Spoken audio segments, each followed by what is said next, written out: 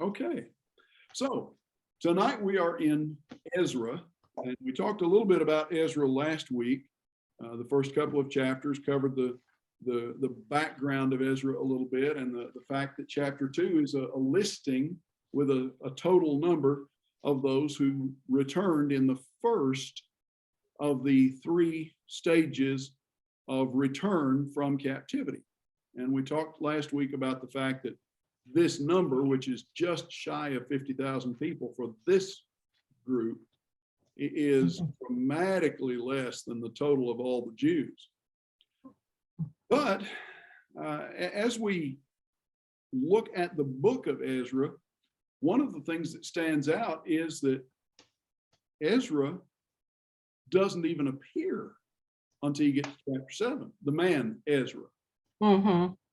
He is a priest in the lineage of Aaron, descended from Aaron through Eleazar and Phinehas.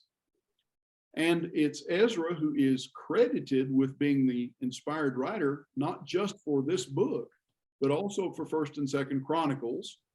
And traditionally, it was Ezra in this period who gathered together all of the sacred writings that were available at that point. So the 5 books of Moses and the books of the writing prophets like Ezra and Jeremiah and Lamentations, and the history books of Joshua and Judges and 1st and 2nd Kings. So up to this point, we would have Ezra gathering up all of Moses' writings, all of the Hebrew history writings, plus what he wrote himself. Remember, last time we talked about the fact that 1st and 2nd Chronicles, while there's a lot of parallel and a lot of overlap with 1st and 2nd Kings, 1st and 2nd Chronicles presents, number one, it presents the story of Judah specifically, not the northern kingdom once the nation divides. And 1st and 2nd Chronicles also presents the history of Judah from a priestly point of view, more or less. And that makes perfect sense when you go straight on into Ezra, which picks up where 2nd Chronicles leaves off. You look at the end of 2nd Chronicles, and the last statement from verses 22 down to 23. At verse 23, this is in the first year of King Cyrus. Cyrus, the king of Persia, says, "The Lord, the God of heaven, has given me all the kingdoms of the earth and charged me to build him a house at Jerusalem, which is in Judah. Whoever among you of all his people, may the Lord his God be with him, let him go up." And then you pick up at Ezra chapter 1 and verse 1, and the King James, the American Standard say, "Now in the first year of Cyrus, king of Persia." The ESV and some of the modern translations leave out that connecting word "now," but it just continues the story, picks right up and leaves off. Now, Ezra is going to be a contemporary of Nehemiah. We look at the time frame of Ezra and Nehemiah and Esther actually falls in between. Basically, Esther falls in between Ezra chapter 6 and chapter 7. Esther is in between the first return under Zerubbabel and the second and third returns under Ezra and Nehemiah. There's about 50 to 60 years between chapter 6 and chapter 7 of the book of Ezra. And that's the time period where Esther falls. And we may actually, I know the chronology that I've given in the syllabus, I'm giving serious thought to going back and rearranging that so that we put these books in chronological order rather than in the order they appear in the scriptures. More helpful for us to see them in the historical order of events. But that'll be a week or two away yet if we do that. So, as I said, Ezra is a contemporary of Nehemiah. Now, Nehemiah's return is about 15 years after Ezra's. So they're not the same age, most likely. Nehemiah would be somewhat younger. The interesting thing here is that Ezra and certainly Nehemiah are almost certainly contemporaries of Malachi as well, the last Old Testament writer. And so by the time Ezra is compiling all the books of the Old Testament together, Malachi is just about the only one left for him to add in. He's got, at the point that he's writing Chronicles and this book, Ezra, he's got 35, 36 of the Old Testament books already available to him, counting what he writes himself. So that puts him up to about 38. And then it's just the writing of Malachi to be added in after that. Now, we've talked a little bit about the division of the book of Ezra. And the first 6 chapters out of 10 covers the first return, the original return under the leadership of Zerubbabel. And this is the era of Haggai and Zechariah. So we've got those two inspired writers that correspond to Ezra chapters 1 through 6 in terms of time. And it's during this time that the temple is going to be rebuilt. I think we ended up last time talking about the fact that the temple that was rebuilt under the leadership of Zerubbabel was, as we described it, a poor man's copy of Solomon's temple. It did not match the dimensions of what Ezekiel had seen in his visions at the end of the book of Ezekiel. That was not used as a blueprint for what was rebuilt. Solomon's temple was the blueprint. And so that temple was constructed in stages, took about 20 years. Of course, we know the story, how that they began to lay the foundation and then encountered opposition, and the work came to a screeching halt after a letter was sent to the king accusing the Jews, and the order came back, just halt until we can investigate this, and nothing happens for the next 15 years or so. And during that time, the children of Judah are building their own houses, they're establishing themselves in the land, and they're not having a lot of success, a lot of prosperity. And so finally, with the coming of Haggai and Zechariah, they get back on track and get the temple finished.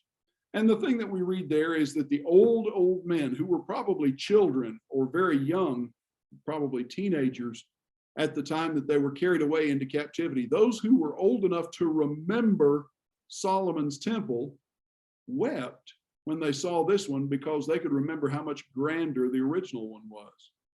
What's ironic about that is that what they are remembering is Solomon's temple after it had already been neglected and allowed to fall into disrepair, after it had already been stripped of much of its glory and grandeur, the gold and so forth that Solomon installed in its construction. They were remembering a shell, in a sense, of the original temple, but seeing it still as much more beautiful, much grander than what they'd been able to rebuild themselves. Now, there's an interesting little tidbit of historical information. Josephus, Flavius Josephus, the first century Jewish historian.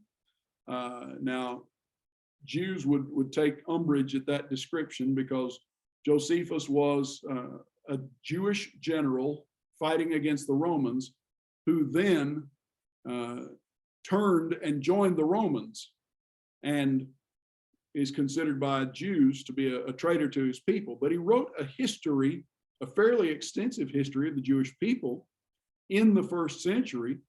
And among other things, Josephus claims that when Cyrus took over the Babylonian Empire and established the Medo-Persian Empire, that Daniel and others of the elders of Israel in captivity took the scroll of Isaiah and showed Cyrus where he was named for this purpose of letting God's people go to rebuild the temple.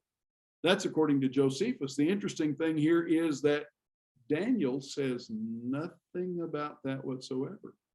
And you have to wonder, if Josephus is correct in his claim, now remember, Josephus is writing this, making this claim 600, 500 years after the fact. Well, almost 600 years after the fact. If he's correct, why didn't Daniel say anything about it? Why was it not recorded by Daniel or by Ezekiel or someone who was actually there? So we can kind of take that claim maybe with a little bit of a grain of salt. But that's the first 6 chapters cover this time period of the returnees coming back and establishing what would become the new kingdom of Judah and the building of the temple. From chapter 6 to chapter 7, there's about a 50-year gap. And chapters 7 through 10 begin about the year 458 BC. Now, Cyrus let the people go in 536. Some scholars would argue a little bit, say 538, but for our purposes, we'll say 536. You go 20 years to finish the temple, that takes us down to about 516. Now, you flip over to Ezra chapter 7, and you read at the beginning of it, in the reign of Artaxerxes, king of Persia, Ezra, the son of Sariah, the son of Azariah, the son of Hilkiah, of Shallum, of Zadok, of Ahitub, and he gives his lineage here all the way back to Aaron, the chief priest. This Ezra went up from Babylonia. He was a scribe skilled in the law of Moses, that the Lord, the God of Israel, had given. The king granted him all that he asked, for the hand of the Lord his God was on him. And there went up also to Jerusalem in the 7th year of Artaxerxes, the king, some of the people of Israel, some of the priests and Levites, singers, gatekeepers, temple servants, and Ezra came to Jerusalem in the 5th month.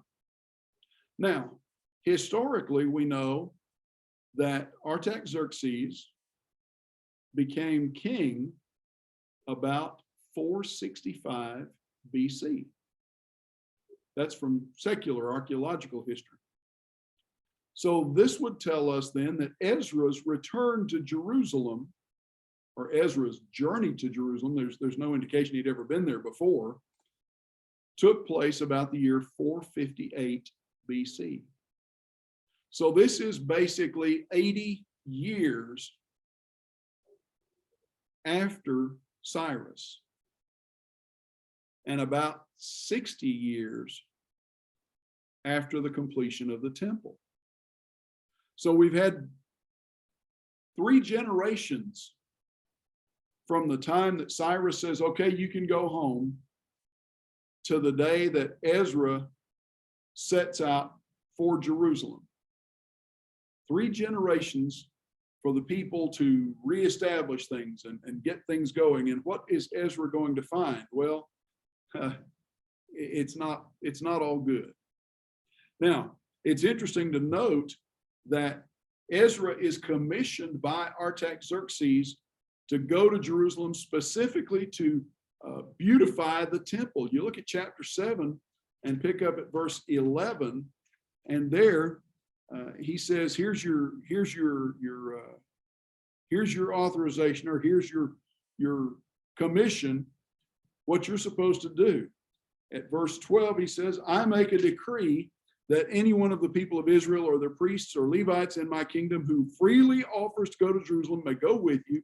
You are sent by the king and his 7 counselors to make inquiries about Judah and Jerusalem according to the law of your God, which is in your hand, and also to carry the silver and the gold that the king and his counselors have freely offered to the God of Israel, whose dwelling is in Jerusalem.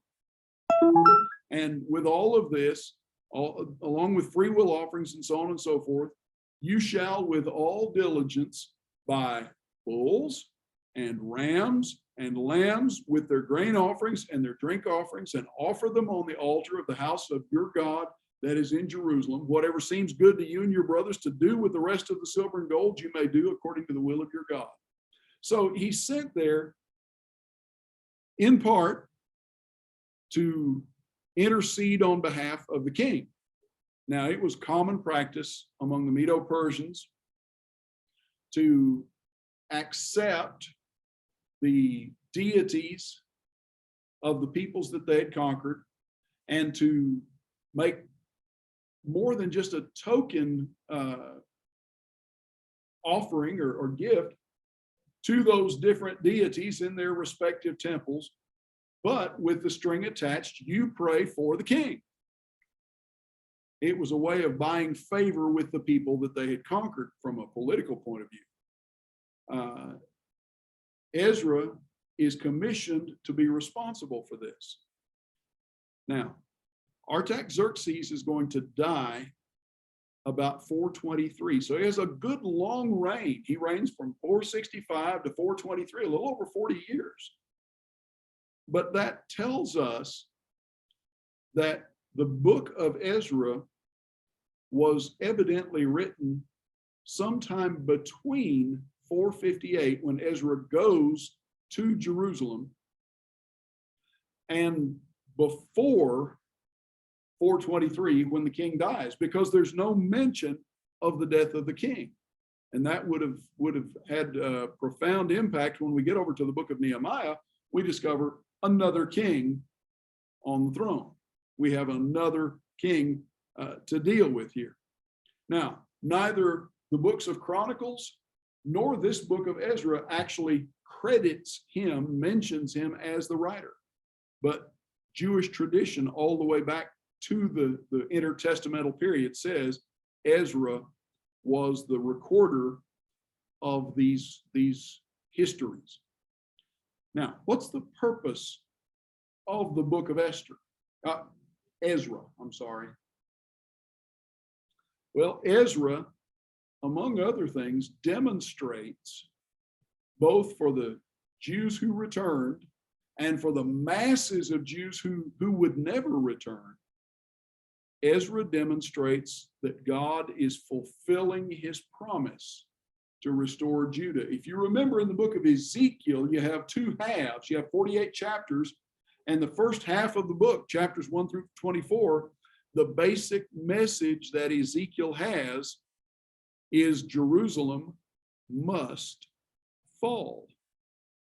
Jerusalem is going to be conquered. The temple is going to be destroyed. In fact, Ezekiel tells these captives, because remember, Ezekiel is already in Babylon among the exiled people there while all this is going on. He is telling them, God is going to take away your temple because you're treating it like it's your lucky token or something. You're saying, as long as the temple stands, this can't possibly happen. So what God has said is, all right, if that's what it takes, I'm going to take away your temple so that you can see that I mean business. So chapters 1 through 24, Jerusalem and the temple must fall. Then, boom, chapter 24 into chapter 25, what has happened? All the events in the last half of the book of Jeremiah, the destruction, the siege and the destruction of Jerusalem, the conquest, the temple is obliterated. Zedekiah is captured and his sons are slaughtered, and his vision is taken away from him, and off into captivity he goes. He'll never see Judah or Jerusalem again. And at that point, when the captives who had come in Daniel's day and the captives who had come in Ezekiel's time, when they see their brethren now who had been in Jerusalem and in Judea when there was actually war there, when they see their family members coming as slaves, coming as not just captives, but prisoners to be sold into slavery. Now they're looking at this saying, maybe the Rabshakeh was right when he said all those horrible things in Hezekiah's day. Maybe in all of these events that have taken place, maybe our God really did abandon us. Maybe our God is not really even real. And so from chapter 25 to the end of the book of Ezekiel, that prophet is reasoning and pleading and sometimes arguing with the elders who are in captivity, saying, no, it's just like I told you. God is doing everything he said he was going to do. And that should give you hope That should give you confidence for the future, because what did he promise to do for the future? You go into captivity for 70 years, the land lies fallow for 70 Sabbaths. It's a time of punishment, of discipline, of correction, of purification. And when you have turned back to God, then he's going to restore you to the land. Everything else I told you has come to pass, so trust that this will too. Well, Ezra records that God actually did keep that promise. He fulfilled those prophecies. So it's interesting. Some of the more skeptical scholars, and I won't get into a lot of detail with this, but just mark this down. If you pick up a stack of commentaries on Ezra, chances are you'll find some who will argue that there's no way that this could possibly have been written in the 5th century BC, in the 400s. It had to be written in the days of Alexander the Great, which would make it 150 to 200 years later. And so there's just no way that this is all written at the time. It has to be written all as history. Well, those scholars are skeptics, and their whole purpose really comes down to denying the inspiration of the scriptures when they make that charge. And for some generations, there was no academic basis, no objective proof that could be brought to bear to argue against them. But guess what?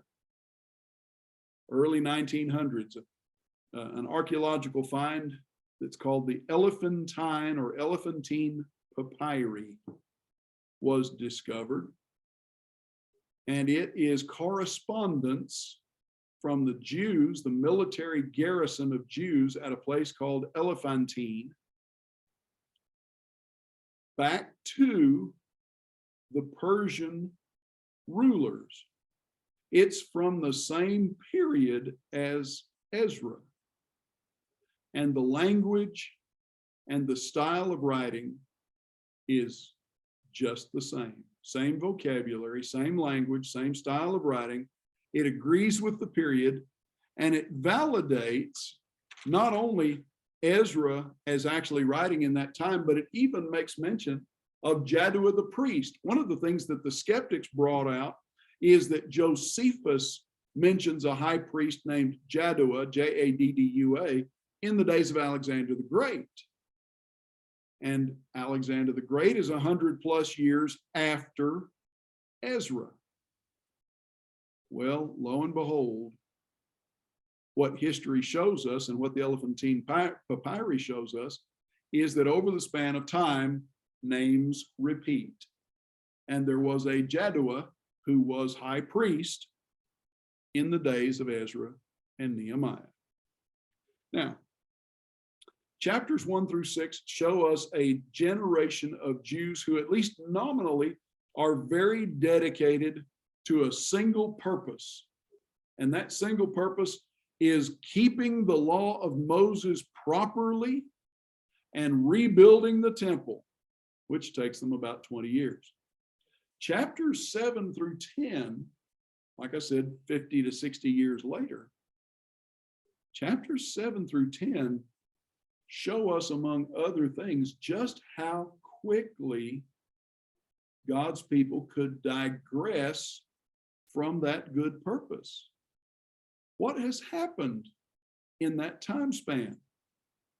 In a lot of ways, what has happened parallels what you read in Judges chapter 2 and verse 10.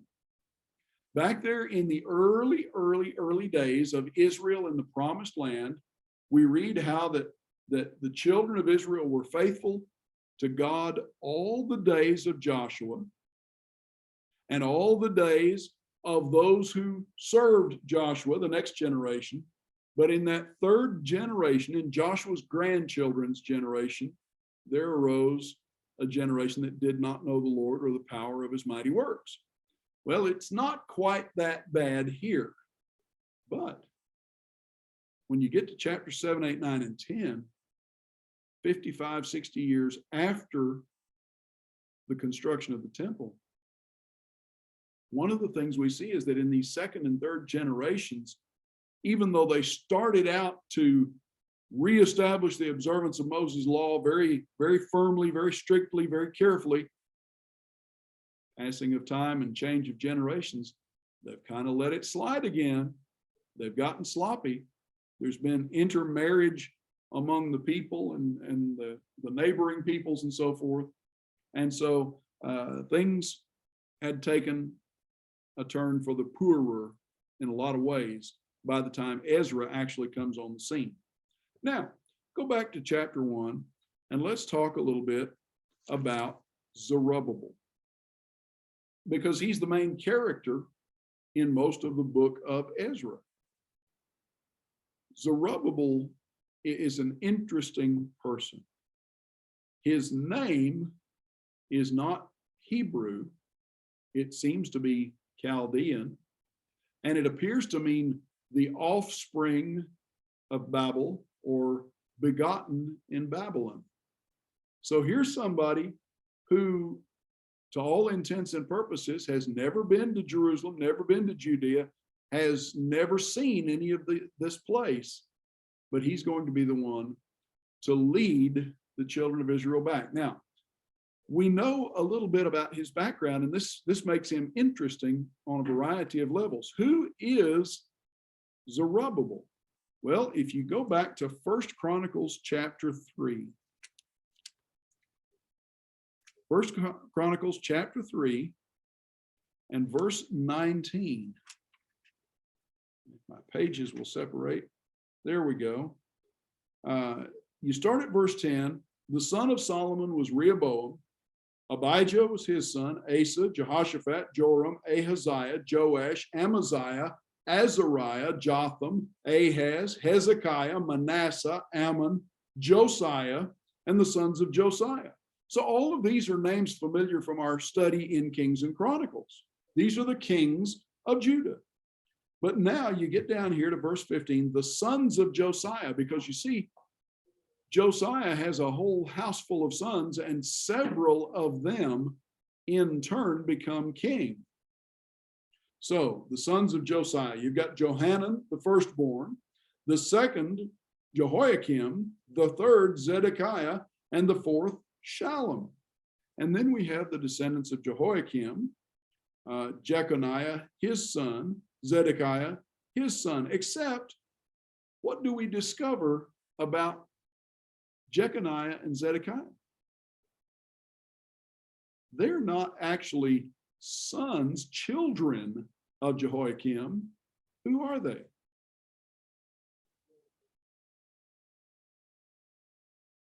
They're his younger brothers, because you have Jehoiakim taken off the throne by Pharaoh. But then you have Jehoiachin, or Jeconiah, taken off the throne by Nebuchadnezzar. He replaced Jehoiakim, but then Nebuchadnezzar takes him off the throne and replaces him with Zedekiah. And ultimately it's Zedekiah who is the last king. But the rest of the lineage goes on here. The sons of Jeconiah the captive.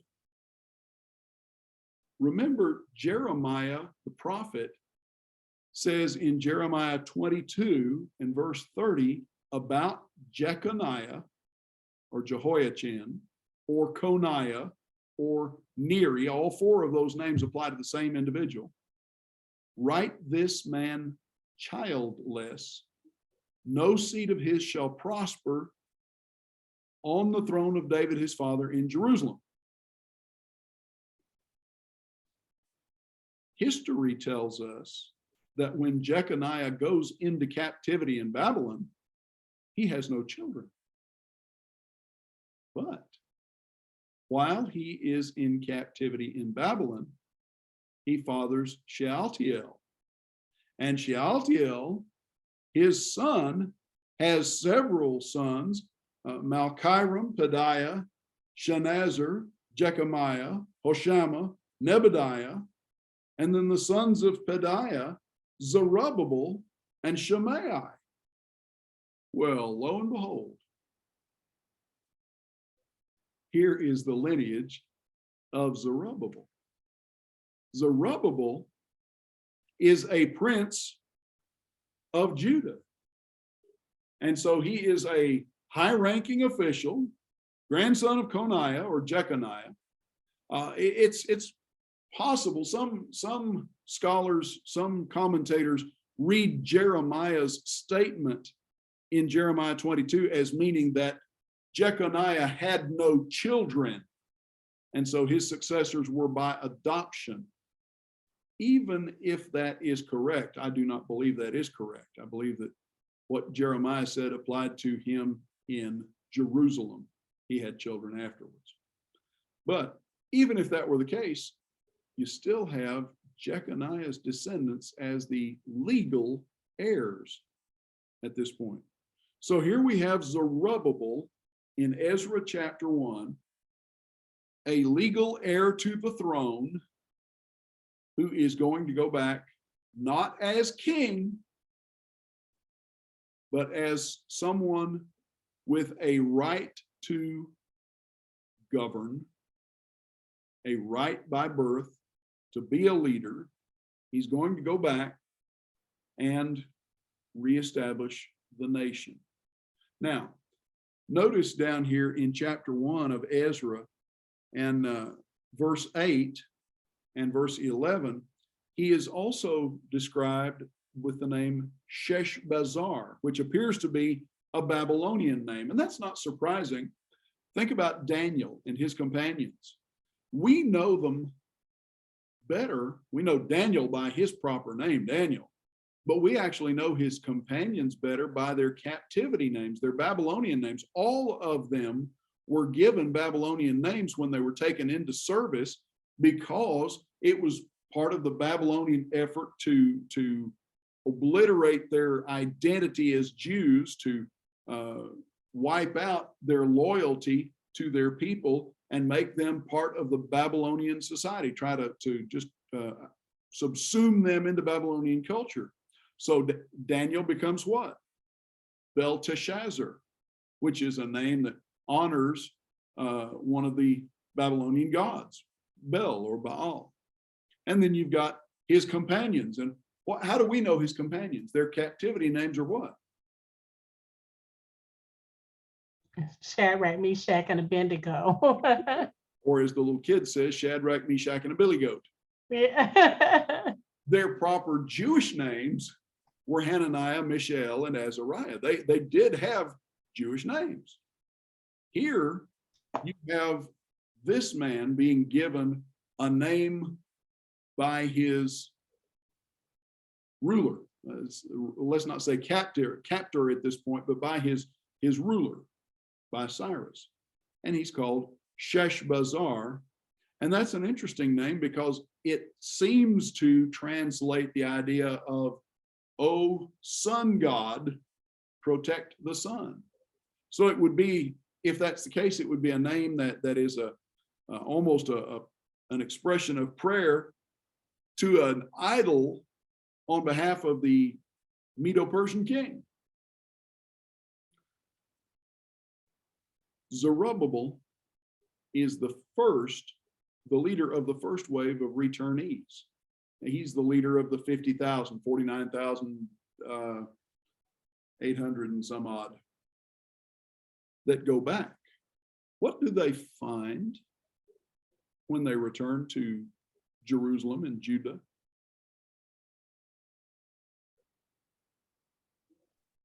There's no. What, the wall? You're talking about the wall or the temple? What do they find there? There is no wall. There's no temple. There's no city. There's basically desolate. Desolate, overgrown destruction. And so they pretty much literally have to start from scratch to rebuild, to reestablish the nation of Judah. Now it's interesting, Zechariah chapter 3, over amongst the minor prophets, gives us a little bit of contemporary perspective about Zerubbabel, sort of in a roundabout way. When you read the comments of some of the ancient Jewish commentators on Zechariah, Zechariah sees a vision in chapter 3, a vision of the high priest. He showed me Joshua the high priest standing before the angel of the Lord, Satan standing at his right hand to accuse him. The Lord said to Satan, and so on and so forth. You get down here to verse 8, 9, and 10. Hear now, O Joshua the high priest, you and your friends who sit before you, they are men who are a sign. Behold, I will bring my servant the branch. For behold, on some the stone that I have set. For behold, Chapter again? I beg your pardon? What chapter? Zechariah chapter 3. Oh, chapter 3. And that's verses 8, 9, and 10, where he mentions the branch and what God is going to do. The interesting thing about this is that some of the Jews of that period considered Zerubbabel to be the branch. Now we look at this and say, how could you possibly get that out of this? But think about who the branch is. The branch is the son of David, a descendant of David. So he's somebody of the royal family who has a right to rule. Well, Zerubbabel is a descendant of David, part of the royal family. He has a right to rule. God had promised a ruler to reestablish, or to establish more specifically, his kingdom forever. Now we look at this and we see Jesus, but they can't see Jesus at this point. So here is Zerubbabel establishing, or actually reestablishing, the physical nation of Judah after a 70-year absence, or 50 some odd year absence of anything there. Plus, what's their understanding of the being the people of God, being the kingdom of God? The only frame of reference they have is physical. The only context that they have to understand the identity of themselves as God's kingdom is, we are Abraham's literal physical seed. We're his descendants. And so they look at Zerubbabel. He ticks some of the boxes. He's a prince in Judah. We're coming back to the land that God had given to us and promised us, and he's establishing the kingdom, reestablishing it, but they're not thinking in quite those terms. Some of them, it's very understandable, would look at him and perceive him as the fulfillment of that prophecy. Nothing in the Old Testament ever, nothing in the inspired writings ever hints at that idea, does it? There's nothing in Ezra or in Nehemiah or in any of the other Old Testament books that ever suggests that Zerubbabel is the Messiah. That is simply the historical thinking of some of the Jews of that day, who were very, very wrapped up in their concept of what God's kingdom would be. And their concept was always literal, material, physical, political. You see the same problem. You see the same problem almost 500 years later, when Jesus has come to full manhood and is confronting the Pharisees and the scribes. as they think about the kingdom of God, even his own disciples. You look at Acts chapter 1, and what do the apostles say to him? Will you now restore the kingdom to Israel at this time? They're still thinking materially, politically, a physical territory. And what had Jesus told Pilate in John chapter 18? My kingdom is not of this world. My kingdom is not a worldly kingdom at all. Yeah. That was their frame of reference, and it was hard for them to get out of that. So, as we look at all of the circumstances here, let's go back and begin in chapter 1. Now, because of idolatry, because they had been unfaithful and denied the Lord, Judah and Benjamin and the Levites there and whatever faithful remained of the other tribes that had cast their lots with Judah, they go into captivity from 606 to 536 BC, 70 years. You look at their condition at the end of 2 Kings and at the end of 2 Chronicles, what's their state? Well, in a word, misery. It's just like the end of Jeremiah. It's just like the middle of Ezekiel. Their condition is misery. The 10 northern tribes had already been captives and exiles for over 100 years to the Assyrians before Nebuchadnezzar ever came along. And then they just wind up being inherited by the Babylonians, who then go back and get their kinfolks, Judah, and bring them into captivity. Jeremiah and Ezekiel, along with Daniel, all give predictions of restoration. Now, Daniel's focus is more on the kingdom of Christ, more on spiritual things than Ezra and Jeremiah. But Ezra and Jeremiah both predict the restoring to the land, to the territory. And you see that being fulfilled in Ezra and Nehemiah. And Esther enters into that because of her influence in the court in between. Now, we talked about the fact in the beginning that Ezra and Nehemiah in the Hebrew Old Testament were lumped together as one book. Some scholars and students have thought that Ezra and Nehemiah really were kind of supplementary texts, but there's supplements to 2 Chronicles, but they're really just a conclusion of the story. Now,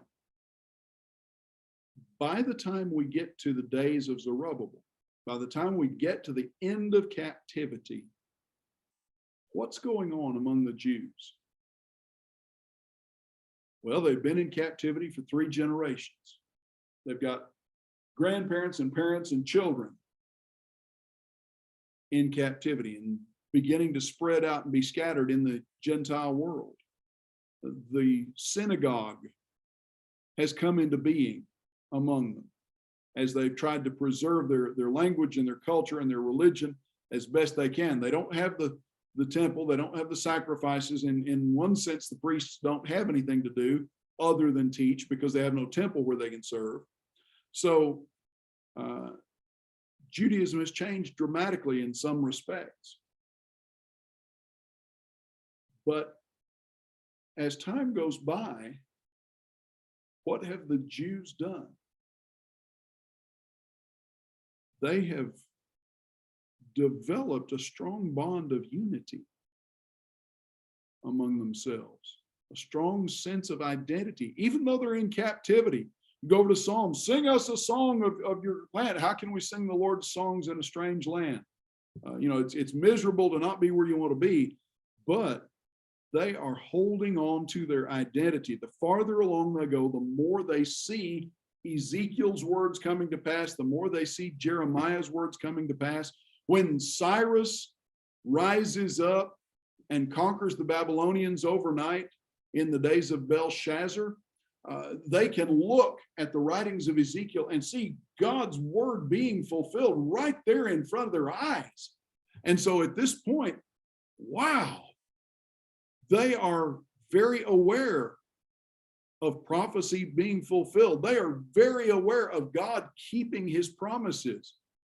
And so captivity, as unhappy as it made them on 100 different levels, captivity fostered a renewing of interest, a renewing of focus on the law of Moses. The farther they go, the more they see God's keeping his word. If God's keeping his word, we better pay attention and do what we're supposed to do the right way.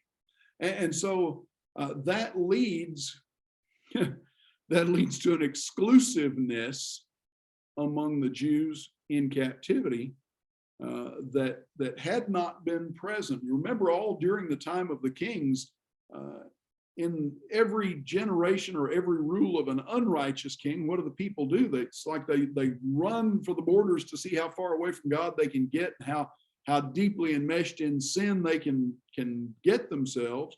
But now, after these generations of captivity, of separation, now there's great interest in both social, but more especially religious things. And so this group of people that come back under the leadership of Zerubbabel, they're going to be focused on being much stricter, much more careful about keeping the law than their ancestors had been. They were very fervent about this, very on fire. When they get back to when these 50,000 get back to the promised land, what do they encounter? The non-captives, whatever leftovers there are of the people and neighboring peoples in the land, they're not too enthusiastic about God and about the law. And so friction. Now, we mentioned three groups under Zerubbabel in 536 and under Ezra in 458. The last one's going to be under the leadership of Nehemiah about 445 BC. The whole of captivity occurs between the end of 2nd Chronicles and the beginning of Ezra. And you find the Psalms of that period, Psalms 120 through 134, also correspond to the time of captivity. One of the interesting things about the book of Ezra is that it's a bilingual book. It's written partly in Chaldean and partly in Hebrew. 2 sections. The first 6 chapters about Zerubbabel are the part that's written in Chaldean, and that concerns the decree of Cyrus, and it covers down to the completion of the temple about 515, which is the 6th year of King Darius. Now, from the 7th year of Artaxerxes, 458 BC, to the end of the book, that's just about the time that Nehemiah shows up, about 444, 445. So Ezra ends, his writing ends just about the time Nehemiah shows up. Now, the Jews historically look at Ezra and they see 6 things that he gets credit for in their history. He gets credit for reforming their religion. If you think about it, they've gone 3 generations without a temple. They didn't have a tabernacle, that was lost as well. So they've gone 3 generations with none of the trappings of their religion except what they could do at home themselves.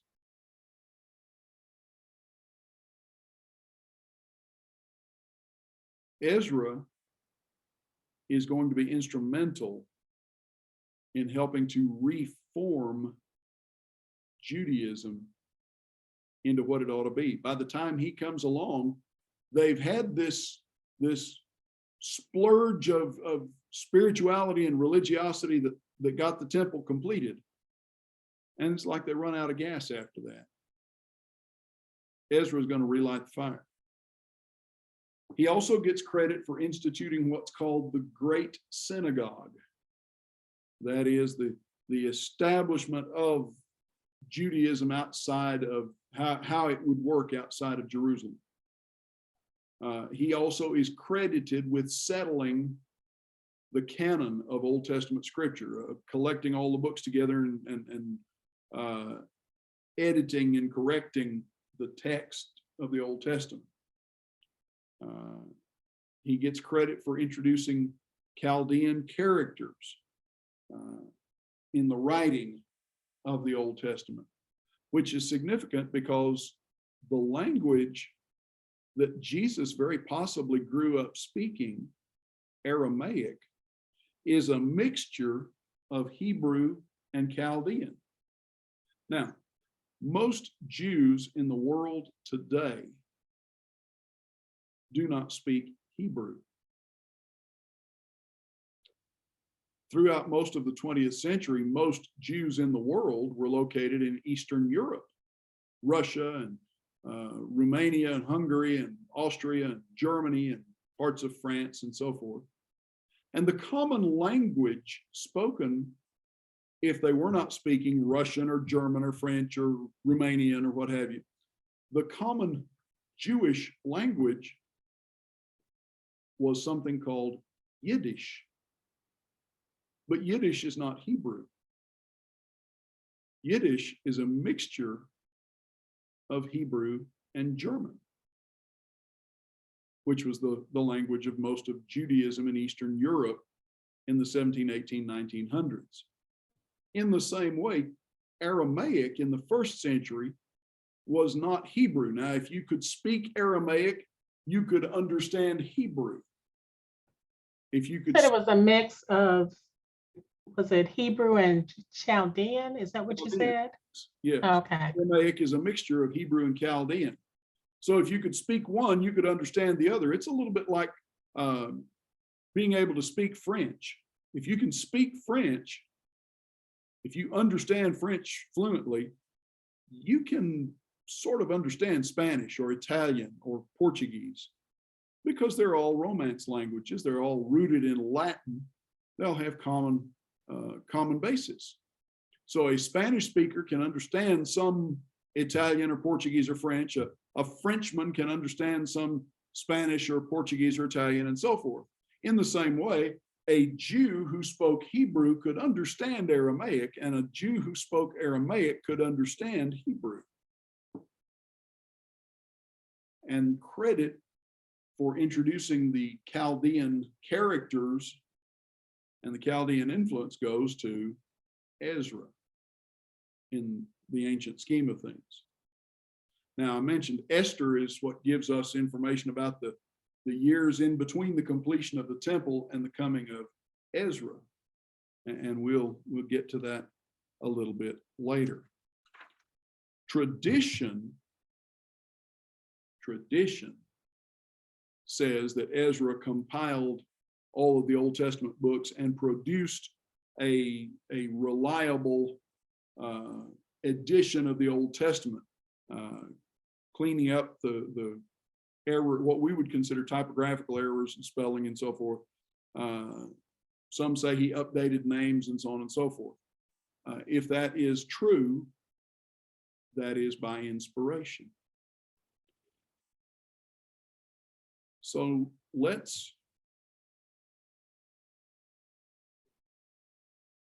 this is actually, unless you have questions or comments, this is a good place to take a quick break, and then we'll come back and dive into chapters 1 through 6.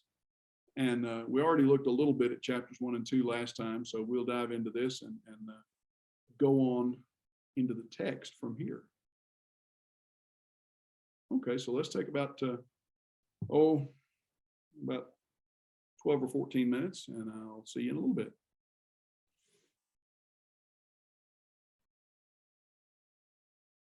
Okay, we had looked briefly at Ezra chapters 1 and 2 last time, and the real beginning point here is chapter 1 and verse 3. Who can build God's house? Well, Cyrus knows because he's been shown that he is an agent of God. Now, we should not read into Ezra 1 and verse 3 the idea that Cyrus is a devoted follower of the God of Judah. Cyrus is a military commander and the emperor, basically, of a worldwide empire. And unlike the Babylonians, who tried to make everybody be a Babylonian, the Medo-Persians were content to let their subjugated peoples keep their customs, keep their religions, keep their beliefs and so forth, just keep us in mind. And that's kind of where we are with Cyrus. Thus says Cyrus, king of Persia, the Lord, the God of heaven, has given me all the kingdoms of the earth, charged me to build him a house at Jerusalem. Now, it's very likely, we know that Cyrus did not release just the Jews, but many people. And it's very likely that he would have given pretty much the same instruction to any other people that he released with respect to their particular deities, because the Medo-Persians, like the Babylonians, the Assyrians, and so forth, they were polytheistic. They worshiped a variety of gods. But what stands out here is the instruction that he gives here in verses 3, 4, 5. Basically, he says to the Jewish people and to the Levites and the Benjaminites and all the others that are associated with them, if you can't go, if you won't go, you can send supplies. Verse 4, let each survivor in whatever place he sojourns be assisted by the men of his place with silver and gold and goods and beasts, besides free will offerings for the house of God that's at Jerusalem. So he gives his people two instructions. Number one, you underwrite whoever goes home. If you're not going back to Jerusalem, you pony up, I'm going to tax you basically to underwrite their going. And number two, send free will offerings as well. So that's in addition to whatever you are contributing to the journey and to the maintenance of the people there. So then rose up the heads of the fathers' houses of Judah and Benjamin, the priests and the Levites, everyone whose spirit God stirred up to rebuild the house of the Lord in Jerusalem. So they respond. They respond to Zerubbabel, to the desire of Cyrus. The people want to go. Now, most of them aren't going to. You think about moving 50,000 people. That's an army, literally. And as we look through the heads of families and the numbers accounted here, are these, like we talked about last week in chapter 2, are these only the men that are being counted? That would be in character for all of the other biblical censuses that we have from the book of Numbers down to the days of King David. Every time they counted people, who were they counting? They weren't counting every living soul. They were counting military-aged men. So if we have 50,000 some odd people here, 49,000 and however many, if those are just the men of military age, of working age, basically, how many people actually return? It may be half again that many, maybe more than that. Probably not everyone who returned was married, but there may have been some children involved, younger children that couldn't be left behind, older children that would be old enough to be of help, what have you. We might conceivably have quite a few more than that if this is only the men being counted. But regardless, the people want to go. They want to see their nation reestablished. They want to see the temple rebuilt. And the people who couldn't go underwrote the efforts of those who could. In verse 6, all who were about them aided them with vessels of silver, gold, beasts, costly wares, all that was freely offered in addition. They underwrote the expedition. So think about this. This is not a small undertaking. What does it cost to move a family of 5 across the state line? A lot. Just in fuel these days, that runs into serious money. Yeah. And by the time you include fuel and a place to stay overnight and several, you're talking hundreds of dollars. Well, let's move that family from the East Coast to the West Coast with their dog and their cat and their furniture and what have you. Now we're running into thousands of dollars. I moved from Texas to Georgia 10 years ago, and that's a move of just under 1,000 miles. And when I called moving companies to inquire about what it would cost, the dollar figure was 5 figures. It was 10,000 plus to move 3 of us and our household goods. So it's not a small undertaking. Now we're going to move 50,000. And yes, they don't have all the clutter and junk that we have today to move, but even so, they've got to eat. They've got to have some way to sustain themselves when they get there. They can't just live off the land immediately. They've got to have animals to work with and so forth. This is a major logistical undertaking. And so the king, Cyrus, contributes to it. And he basically taxes all of the Jewish people that don't leave to help underwrite this. Interesting thing here, verse 7, he brings out the vessels of the house of the Lord that Nebuchadnezzar had carried away. What vessels do we have here? They didn't take away the huge bronze laver. They didn't take away the gigantic altar of sacrifice and so forth. Whether they were able to retrieve and salvage the lampstand and the table of showbread and so forth, the Ark of the Covenant, there's no mention of any of that. This is probably just the basic utensils, cups and plates and things like that. The smaller stuff that could have been carried away as trophies. Now he brings all these things out, puts them in charge of someone named Mithridath, who is the treasurer, and he counts them out. He keeps a record of what is handed over to Zerubbabel, or Sheshbazzar, as he's called here. 30 basins of gold, 1,000 basins of silver, 29 censers, 30 bowls of gold, 410 bowls of silver, and 1,000 other vessels. All the vessels of gold and silver were 5,400. All these did Sheshbazzar bring up when the exiles were brought from Babylon.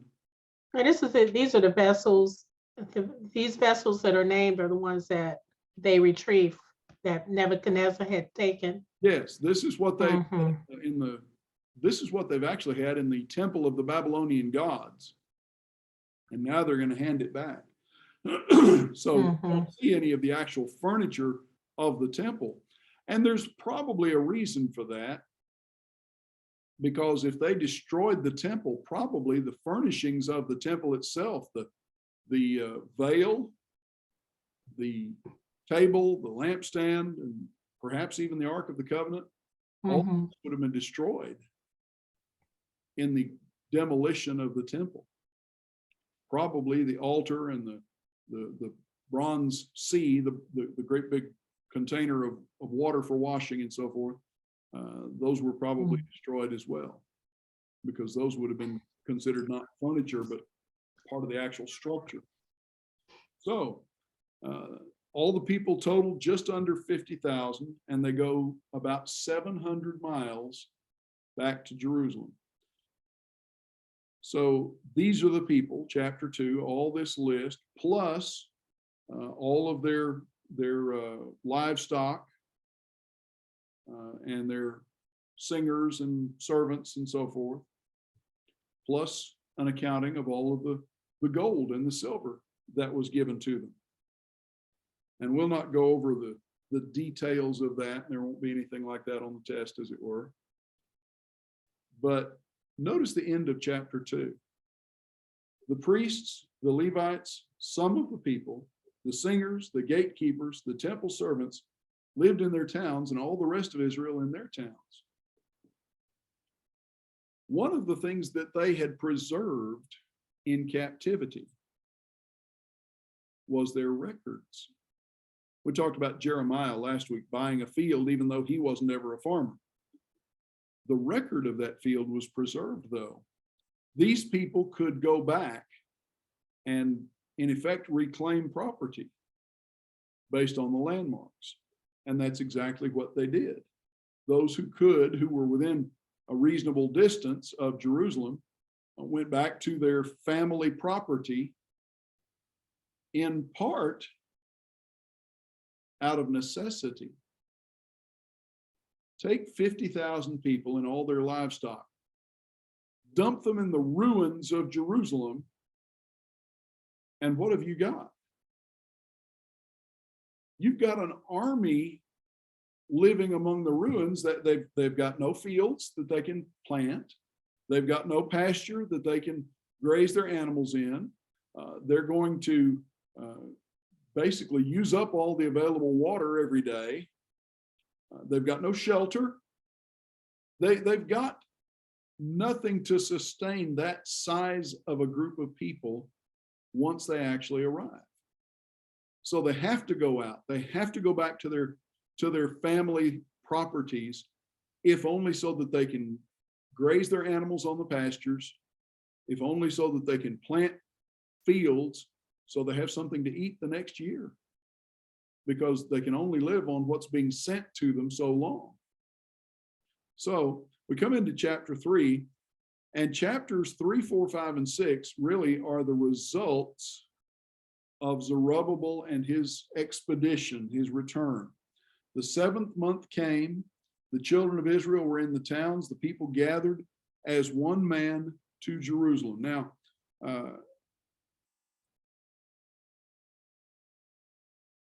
looking here, I don't recall that it tells us what month they departed. But it was in the first year of King Cyrus that the order was given.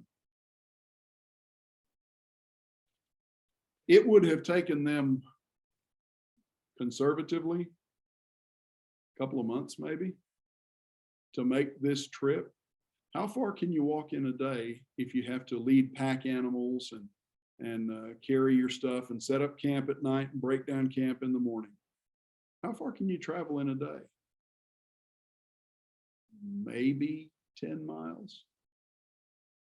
So it would have taken them a couple of months to make this journey. So in the 7th month, they were in the towns, the people gathered to Jerusalem, and now here's Jeshua, the son of Jozadak, with his fellow priests, and Zerubbabel, the son of Shealtiel, with his kinsmen. And they built the altar of the God of Israel to offer burnt offerings on it, as it is written in the law of Moses, the man of God. So there's 3 things here that stand out. Number 1, we've got a priest, Jeshua, and his name is a variation on Joshua, which is also a variation of Hosea or Hoshea or Oshea, or as we read it in the New Testament, Jesus, which means Savior. And we've got Zerubbabel. So you've got the priests, you've got a leader. I don't know that we should call Zerubbabel a ruler because he's not king, but he is the leader, the civic leader, the civil leader.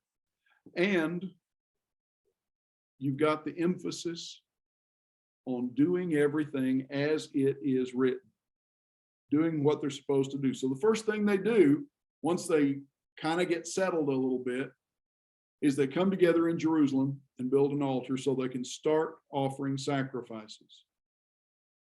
Not all of them returned to Jerusalem to live, but they came for this. Now, after taking care of business, they gather in Jerusalem for this purpose. They set the altar in its place. Fear was on them because of the peoples of the lands, and they offered burnt offerings on it to the Lord morning and evening. And they kept the Feast of Tabernacles, the Feast of Booths, as it was written, and offered the daily burnt offerings by number according to the rule as each day required. So they're aware of potential hostilities, potential enemies. They're afraid of the people around them. So they build the altar, they offer sacrifices. What would be the focus of their prayers and their desire at this point, among other things? Probably something along the lines of, Lord, you brought us this far, preserve us from the people around us. If you think about it, what would they be almost hyper aware of at this moment in time?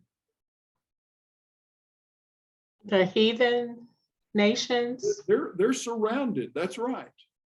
They are surrounded by people who do not worship God, who worship false gods. Now, a lot of those neighboring peoples were the remnants of nations that Nebuchadnezzar had conquered. But that influence is all around them.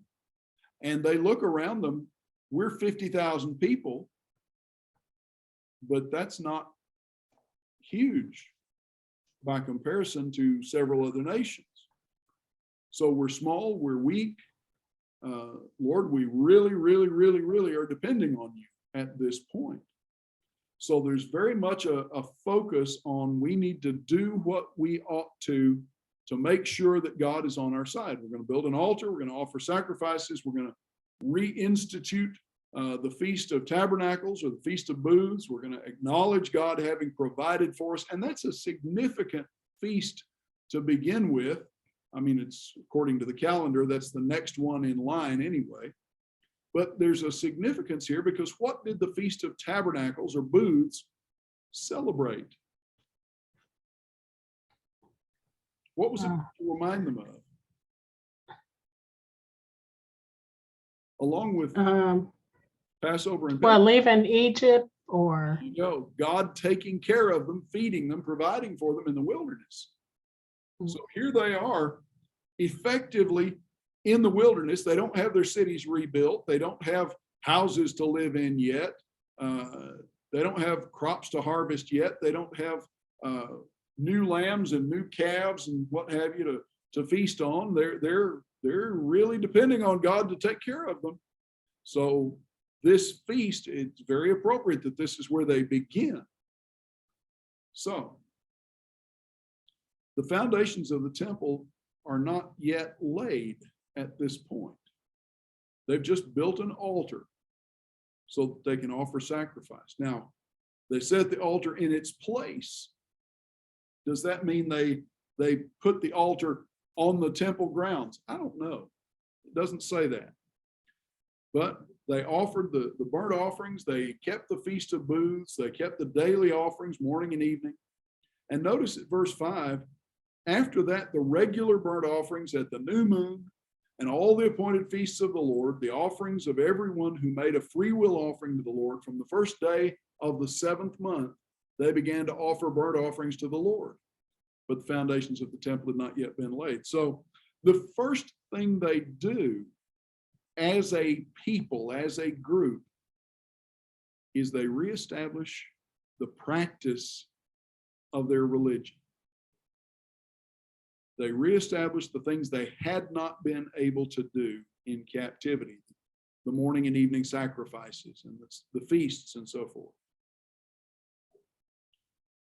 So it's at this point now, they start in. They gave money to the masons and the carpenters, and they provided for them food and drink and oil to the Sidonians and the Tyrians to bring supplies, cedar trees, from Lebanon, according to the grant that they had from Cyrus, the king of Persia. So Cyrus is underwriting some of this financially. The interesting thing here, they don't have a lot of resources, but they do have funds to buy new timber, which would be necessary because that part of the country, there's no forests anywhere close by.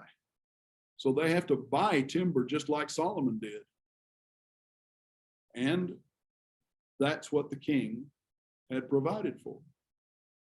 So in the second year, then, after they're coming to the house of God at Jerusalem, in the second month, Zerubbabel, the son of Shealtiel, and Yeshua, the son of Josadak, made a beginning, together with the rest of their kinsmen, the priests and the Levites, who had come to Jerusalem from captivity. Okay, so the second year, why did they wait to begin the actual construction of the temple?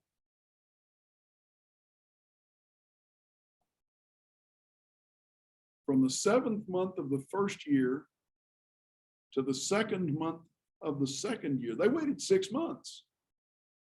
And the Jewish calendar being what it was, they waited from the fall until the spring.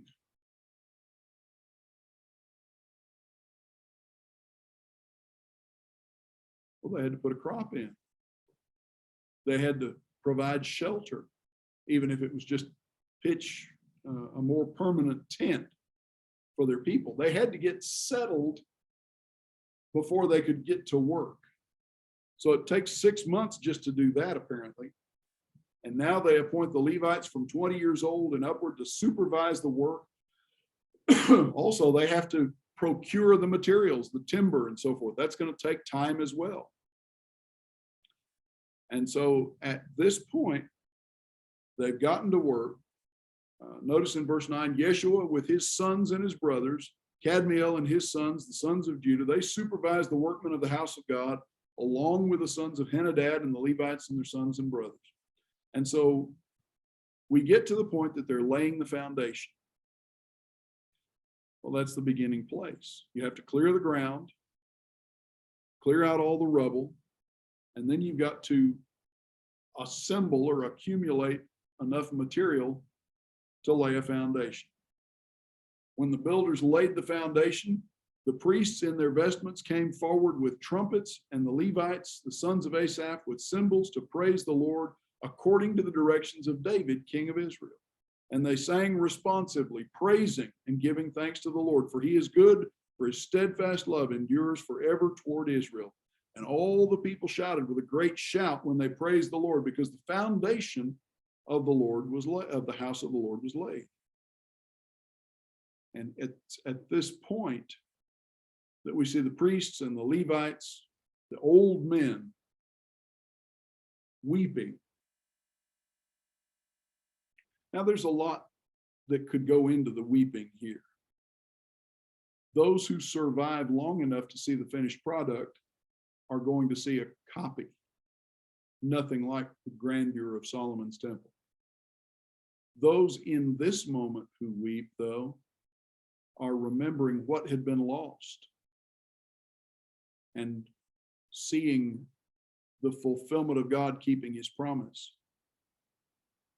They wept with a loud voice. The people could not distinguish the sound of the joyful shout from the sound of the people's weeping. And the sound was heard far away.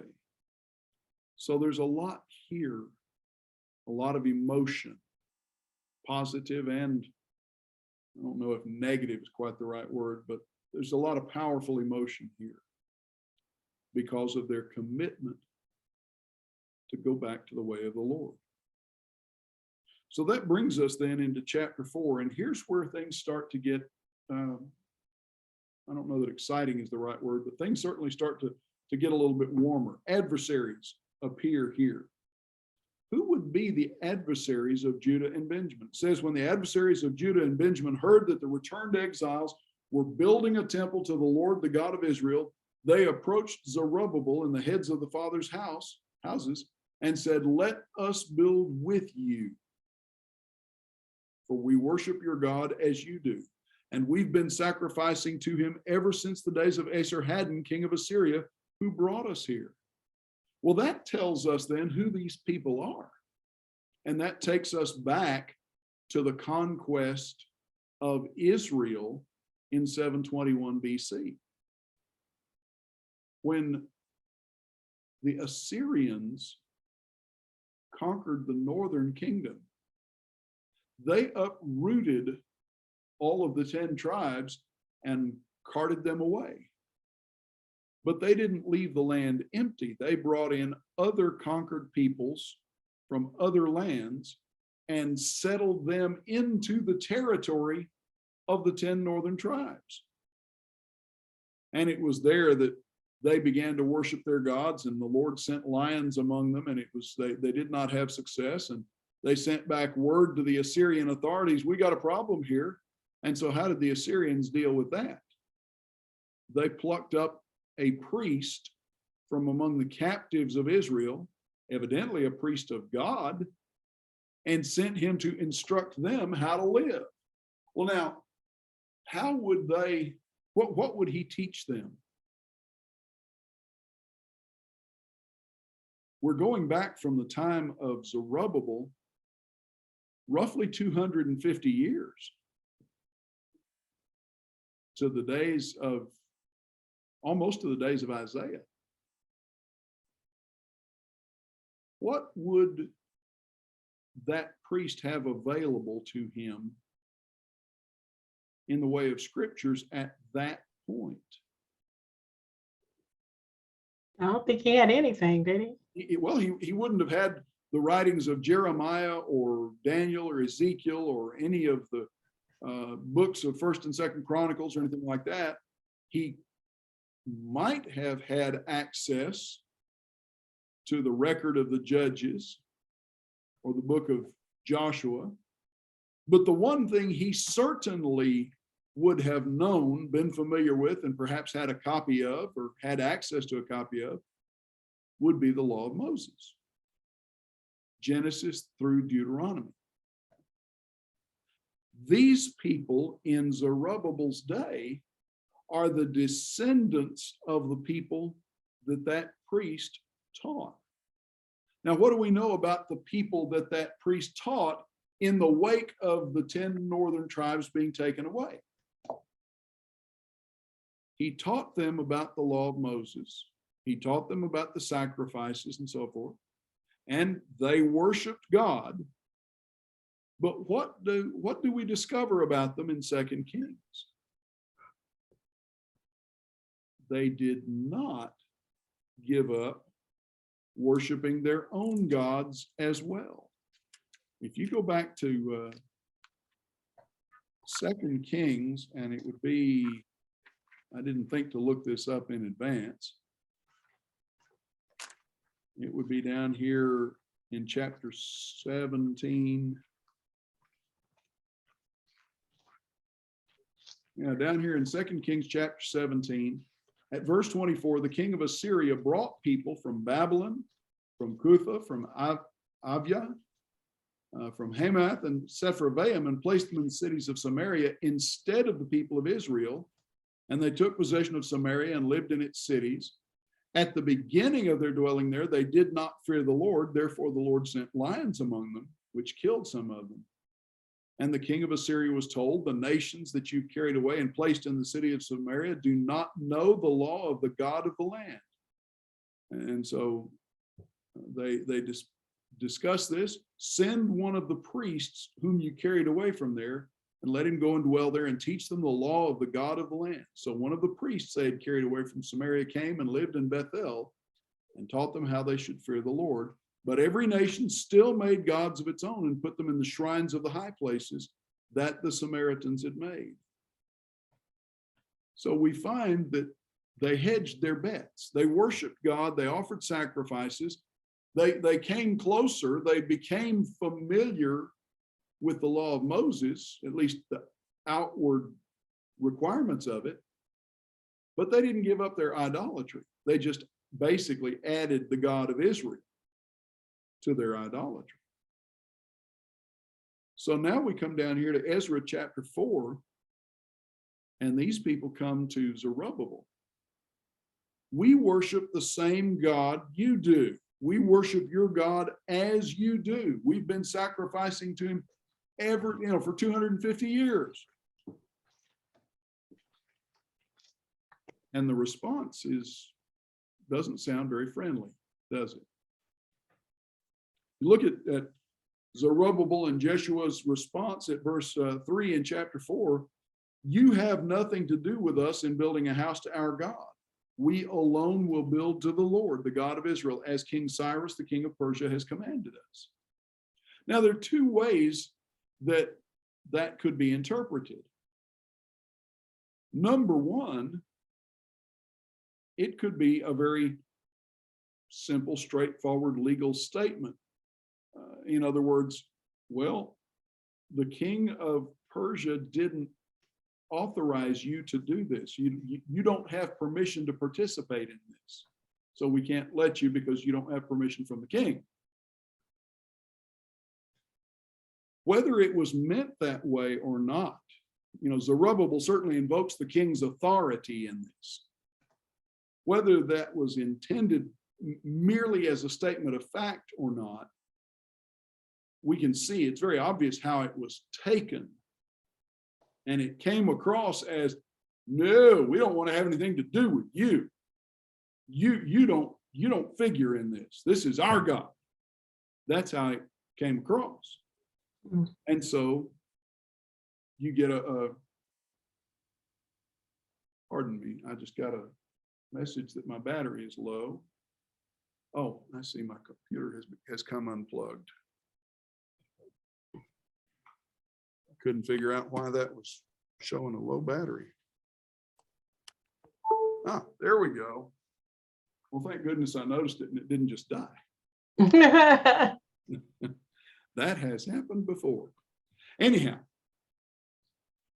the response by the peoples around them, the ancestors of the Samaritan people in Jesus' day, they're offended, they're angry, and so it says the people of the land discouraged the people of Judah, made them afraid to build, bribed counselors against them to frustrate their purpose all the days of Cyrus, king of Persia, even until the reign of Darius, king of Persia. So really what this amounts to is they hired some lobbyists. You think about this from a political standpoint, they hired some voices to speak in the king's court against the Jews. The Samaritans wanted to have a part in the building. They were rebuffed, and so they caused trouble. And they subvert the process. Now, we can look at this and wonder, okay, Cyrus had given a commandment when they hire lobbyists for his court to lobby against this. Why does he not just speak up and say, I commanded this to be done and it shall be done? Well, lobbyists being what they are, there's no telling what they said. Later on, we'll see that the allegation is made that they're pulling away, that the Jews are becoming rebellious and so forth. That may be the genesis of this. That may be the root of this effort in verse 4, verse 5. But notice there's a time lapse between verse 5 and verse 6. All the days of Cyrus, down to the days of Darius, and in the beginning of the reign of Ahasuerus, they wrote an accusation against the people of Judah and Jerusalem. So now we're going to get an actual charge. Now, the change in rulership is one of the keys here. They could not contradict Cyrus's decree. They couldn't just ignore it, but they could argue against it. When Cyrus dies and Darius becomes king, now they can lobby to have Darius nullify the building of the temple. that doesn't happen. We get all the way down to the days of Ahasuerus. Now we see them going on the offensive. They're actually beginning to be aggressive. And the king gives an order here for work to stop. In the days of Artaxerxes, Bishlam and Mithridath and Tabeel. Now, Mithridath, haven't we seen that name before? Flip back over here to chapter 1 for a minute and notice in verse 8, Cyrus, king of Persia, brought these out, that is the furniture or the furnishings of the temple, in the charge of Mithridath, the treasurer. Over here in chapter 4, Mithridath is one of those lobbying against the Jews. Now, if that description, Mithridath, is a title like the Rabshakeh in the days of the Assyrians, this may not be the same individual. But you consider how long some of the bureaucrats served in the various administrations. Here's Daniel that serves all the way from the days of Nebuchadnezzar down to the days of Cyrus, 70, 80 years. He's had a long career. Mm-hmm. It hasn't been that many years passed here between Cyrus and Artaxerxes. So it's no surprise that there are some holdover bureaucrats still in the administration in the days of Artaxerxes. And that one of these guys who's on one side in one administration is on another side in another administration. That tells you something about his character. And he's probably making some money out of this deal. So you've got Bishlam and Mithridath and Tabeel and the rest of their associates. They write to Artaxerxes, king of Persia, and the letters written in Aramaic, translated, and Rehum, the commander, and Shimshai, the scribe, wrote against Jerusalem. So the Samaritans start out wanting to have a part in this. Now there's some politics in this. Back there in the days when Zerubbabel is first starting this. Up to this point, during the captivity, the land of Judah is not 100% vacant, but it's largely empty. And the Samaritan people, they're gonna graze their animals in some of Judah's territory, and they may travel back and forth through it, but they're settled in the territory of what had been Israel for the most part. And that is one province or one segment of Cyrus's territory. And when Zerubbabel brings 50,000 Jews back, they're not under the governorship or the rulership that the Samaritans are. Because what does Zerubbabel have? He has an authorization from the king himself, and it pertains to him and his people. Now, if the Samaritans are allowed to join in, what does that do politically and economically? That's going to tend to give them disproportionate influence over the Jews. That they're at that point, they're very willing to just kind of absorb 50,000 Jews into their own province, and that enlarges their territory and gives them more clout as a territory of the king. And when Zerubbabel says, no, no, no, no, no, oh, well, you're fighting against our political aims. It's a little bit like the Republicans and the Democrats in Washington clawing for territory and influence. It's always back and forth, back and forth. So now they're playing hardball. If we can't have a part, if we can't have some influence, we're going to do everything we can to minimize your influence and to tear you down. So they write this letter, and You have the list of all these that are involved here.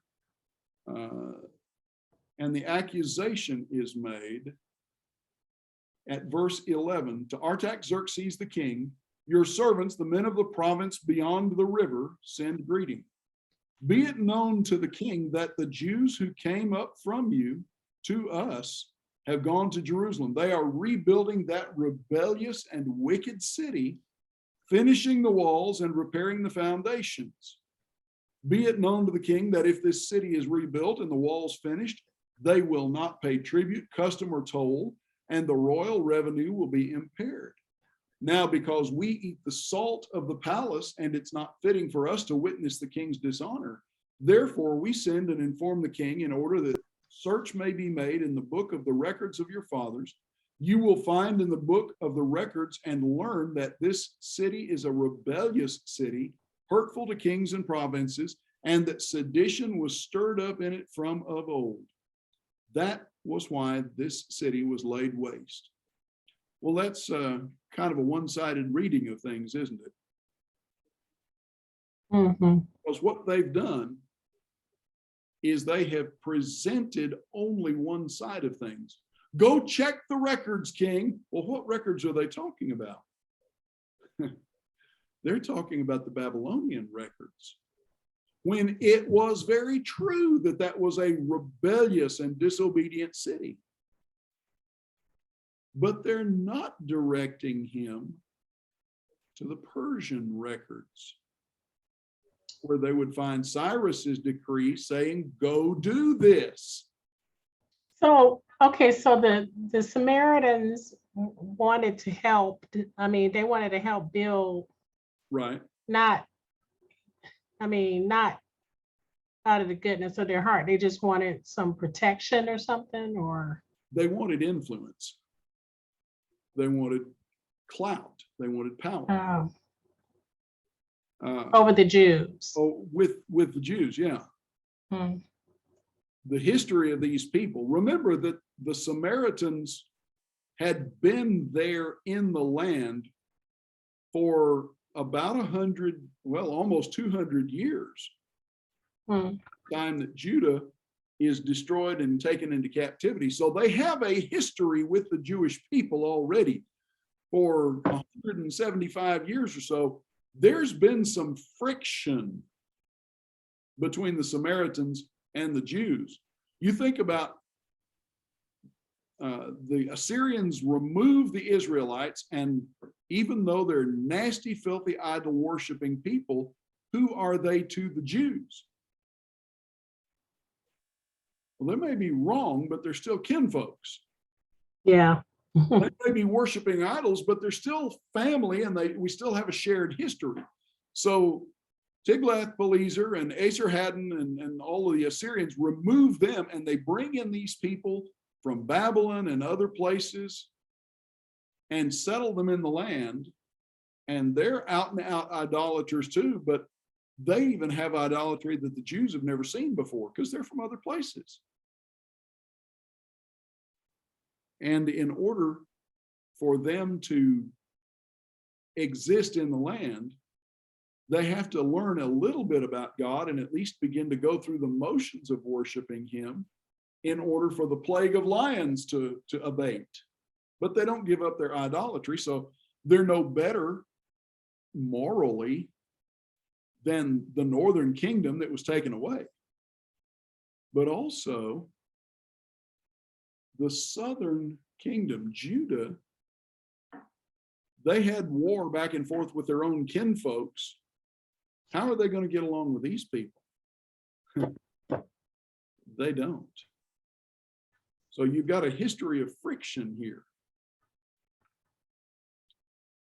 And when they hire their lobbyists, they present a very one-sided view of things. They focus only on the bad. And to all intents and purposes, there's no acknowledgement that anything good ever took place among the Jews. And certainly there was plenty of bad blood, bad history there. But notice what else they do here. Go back up here to verse 12. They are rebuilding, finishing the walls and repairing the foundations. They don't even have the temple finished yet. They haven't even started on the city walls, really. So they're going to, the Samaritans are going to embroider their report to the king more than a little bit. They're going to put a lot in there that's not actually factual at all. But they're going to paint the bleakest, worst picture they can for Artaxerxes. So his response: stop the work. Stop the Jews. Everything just comes to a halt. Now, the letter that you sent me has been plainly read before me, verse 18. I made a decree and search has been made. It's been found that this city from of old has risen against kings, and rebellion and sedition have been made in it. Mighty kings have been over Jerusalem, who ruled over the whole province beyond the river, to whom tribute and custom and toll were. So he's looked into the history, but the problem is he's looking at ancient history. He's going back to the days of Solomon and David when they ruled the whole area.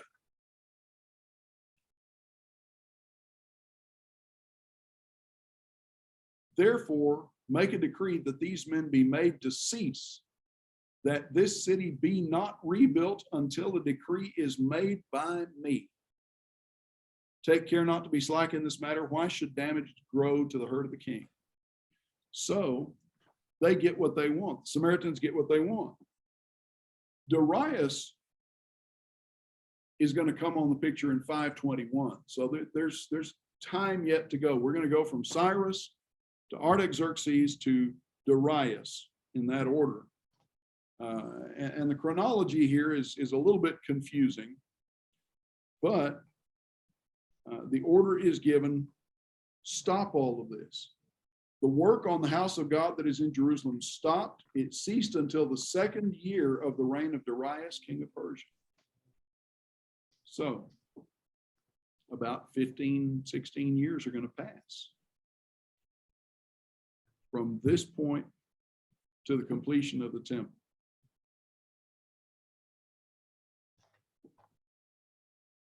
Haggai and Zechariah now appear on the scene. Where have they been all this time? I don't know. If you flip over to the books that bear their names, to Haggai and to Zechariah, you find a little bit of their background.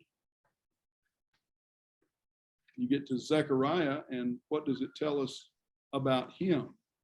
Haggai, the 2nd year of Darius the king, in the 6th month, on the 1st day of the month, the word of the Lord came by the hand of Haggai, the prophet, to Zerubbabel, the son of Shealtiel. So seemingly Haggai has not been a prophet up to this point that we're going to restart the work on the temple. In the 8th month, in the 2nd year of Darius, the word of the Lord came to the prophet Zechariah, the son of Berechiah, son of Iddo. The Lord was angry with your fathers, and now it's time to straighten this out. So all this time has passed. A new king is on the throne. In the meantime, what has Judah been doing?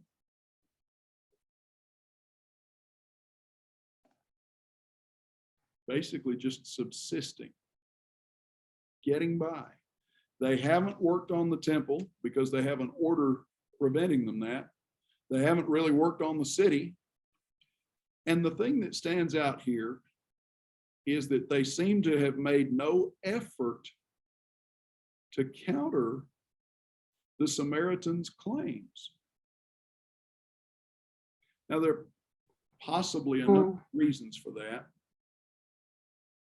The Jews in Judah, the folks that had returned, they didn't probably have the wherewithal. They probably didn't have the funds to hire a lobbyist of their own. It may be that the Jews who were still in exile, the folks that were living out in the Gentile world, the troubles of their brethren in Judah were kind of out of sight, out of mind.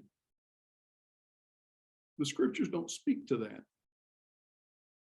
But I would suggest that there is a hint of why this could go on so long in that name Mithridath. This guy, go back to chapter 1 for a second. Who is he? The treasurer. The treasurer. Secretary of the Treasury, basically. Minister of the Chancellor of the Exchequer, if he were in Britain. This is a guy that has more than a little bit of clout, more than a little bit of influence in the royal court. And even if the Jews had sent requests, hired lobbyists, what have you, to plead their case, he's in a position basically to cut them off at the knees. So there may be some politicking going on here in the background that the scriptures don't show us per se. But now a new king is on the throne, and his name is Darius. So we're able to date when this takes place by the records in archaeology of his rule. He rules from 521 BC down to about 486.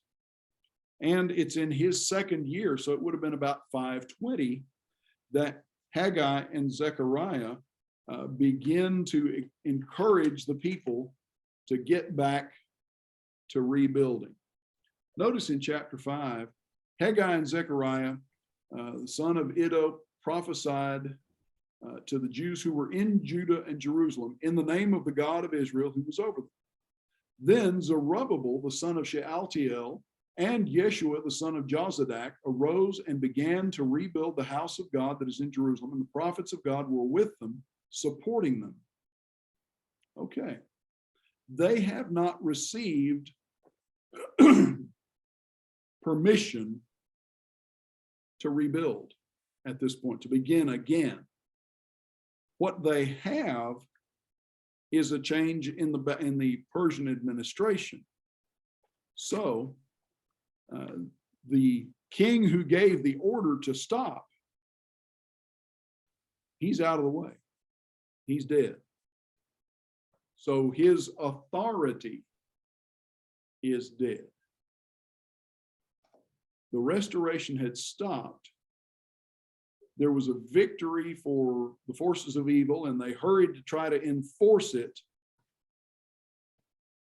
But what was the time period from the time that Xerxes gave the order and then he died to stop the work, and then this time?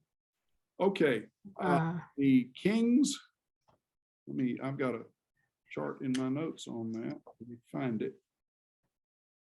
I'll have to try to duplicate. I was just wondering how long was it when they, ceased from working on the temple? Overall, you've got about, if memory serves me, you've got about 16 years. Okay. Oh, Excuse me. that's contagious. Sorry. No, I understand completely. Let me find what I am looking for. Where did it go? Ah, here we go. Okay. Cyrus establishes the Persian Empire about 558 and then overthrows the Babylonians in 539.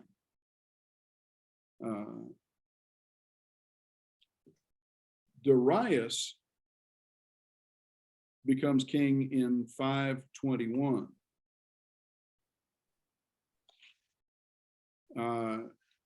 If memory serves me, Cyrus died. I don't have it here. I thought I did. If memory serves me, Cyrus would have died about 530 BC. So there's about 10 years in there, 9 years, where this Artaxerxes that's mentioned in Ezra. Now, bear in mind, this Artaxerxes, and here's where it gets a little confusing, both biblically and in archaeology. You've got several rulers whose names can be translated the same way. You've got Xerxes, Xerxes the first, Xerxes the second. One of them is Artaxerxes, but it's not real clear which one is. Ahasuerus comes into this picture. Well, we know Ahasuerus is the husband of Esther and Vashti before, but he's better known in secular history as Longimanus the first, and he's also referred to as Xerxes or Artaxerxes. But the question is, which one is he? Well, he's clearly not the first, because there is this Artaxerxes in between Cyrus and Darius. So you've got Cyrus who gives the order, and then it gets stopped. And he, for whatever reason, probably my speculation, but probably this Mithridath, the treasurer, who keeps things bottled up, that stays stopped until he's out of the way. And then Artaxerxes actually gives the commandment, stop the work. Well, that's second part of chapter 4, or the middle of chapter 4. We get down to chapter 5 now. Now it's 521, 520, and there is a new king, Darius the first. Darius is going to have a good long reign, and that's going to take us up to the time of, through the time of Esther, down to the time of Esther. But in the meantime, Haggai and Zechariah begin their prophetic work. Now, they are among the returnees. They had evidently been exiles in Babylon, in Persia, before they came, and they had come, would have come with Zerubbabel.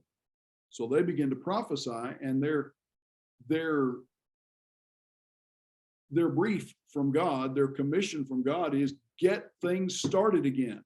They can do that and hope to get away with it, you might say, because the king that gave the stop work order is no longer in the way. So they can argue, well, that order is no longer in force. So what happens? Well, immediately, Tattenai, the governor of the province beyond the river, well, that would be the area of the Samaritans. Tattenai and Shethar-Bozenai and their associates, their henchmen, who gave you permission to do this? Who are the builders? They're trying to exert influence in an area where they don't necessarily have authority, because Zerubbabel is the governor of Judah. And there's nothing that we see in the sacred record, nothing we see in secular history that attaches Judah to the province beyond the river. So they're trying to exert their influence.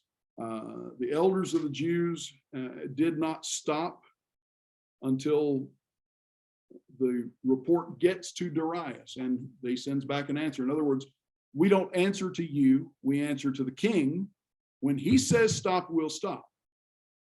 So Tattenai immediately dispatches a letter to the king. And notice the similarity here. The text of the letter: to Darius the king, all peace, be it known to the king, we went to the province of Judah. Notice the language here. They're in the province beyond the river. We went to the province of Judah, to the house of the great God. It's being built with huge stones, timbers laid in the walls. The work goes on diligently and prospers in their hands. And we asked those elders and spoke to them and said, who gave you a decree to build this house and finish this structure? We asked for their names for your information, that we might write down the names of their leaders. We are servants of God of heaven, God of earth, we're rebuilding the house that was built many years ago, which a great king of Israel built and finished. But because our fathers had angered the God of heaven, he gave them into the hand of Nebuchadnezzar, king of Babylon, the Chaldean, who destroyed this house and carried away people to Babylon. However, in the first year of Cyrus, king of Babylon, Cyrus made a decree that the house should be rebuilt. And so Tattenai goes through all of this and names Sheshbazzar or Zerubbabel, who's in charge of this. But notice the end of this. This Sheshbazzar came, laid the foundations of the house. From that time until now, it has been in building. It's not yet finished.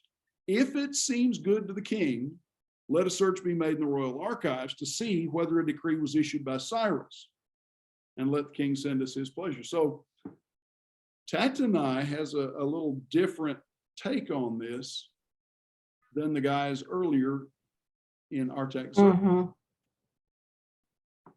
Now, Tattenai, there's no reason to think he's any more kindly disposed toward the Jews than anybody else. But basically, he just says, we don't have any word of the authority for them to do this. So they search, and guess what they find? Zerubbabel is still the leader. Haggai and Zechariah, though, have reignited the fire. Now, how is it that Zerubbabel has not kept things going? Well, he has this stop work order. Opposition is still coming from high places. But God's will is going to be accomplished one way or another. And so we're going to force the issue to the top of the government. The real issue here is not what Tattenai said in his letter. The real issue is how the elders of Israel and Zerubbabel at their head had responded when they were challenged. Before, when they were challenged, what did they do? They laid down their tools. They stopped working. Yeah.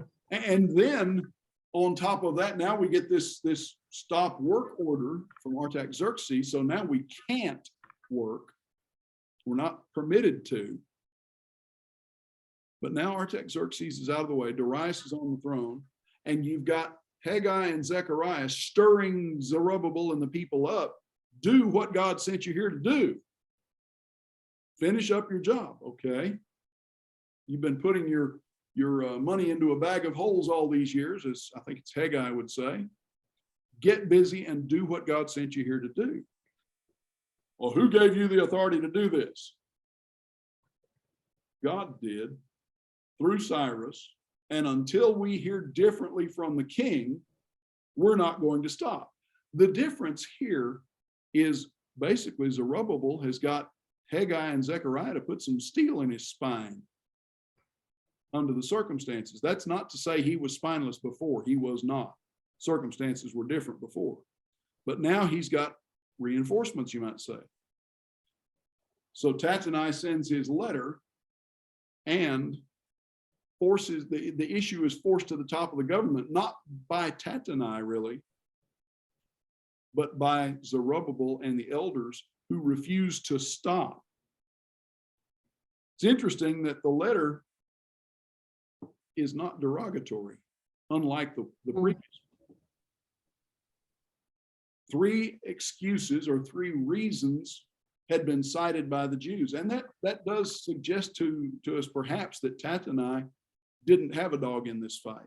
He may not even have been a Samaritan himself. He is the governor, which means he was appointed by the king over that province. He is a different guy than the previous governor. 3 reasons are cited by the Jews. We're serving the God of heaven. We're doing what a former king commanded us to do. We're obeying his decree. And notice, you look down here, what is Jerusalem? Jerusalem is the city of peace. It's a possession of peace. So The request comes in chapter 6. Search through the records and let's see if their claim is legitimate. So it's a request for verification. And we'll see that in chapter 6. But we'll stop tonight at that point. Got a couple of minutes extra, and that's all right. Thoughts or questions? No, I was just curious about the time frame with the time that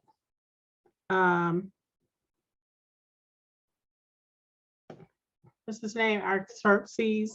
Xerxes. Yeah, told them to stop, and then the time when they're able to start up again. Well, So I was just the chronology of the king, the Persian king, is a little hard to follow here, partly because Mhm. it's written, but also in secular history, it's a little muddy as well. I will try to find a better chart of these kings and see if I can't include that in the, I'm working on some class notes to pass out. So I haven't got that finished up yet, but I'll try to include that in it as I do. Okay. We'll stop there and pick up in chapter 6 next week. All right. Appreciate you being Have here. a safe trip. Thank you kindly, ma'am. Look I forward. saw Luann and Debbie at the Ladies' Day.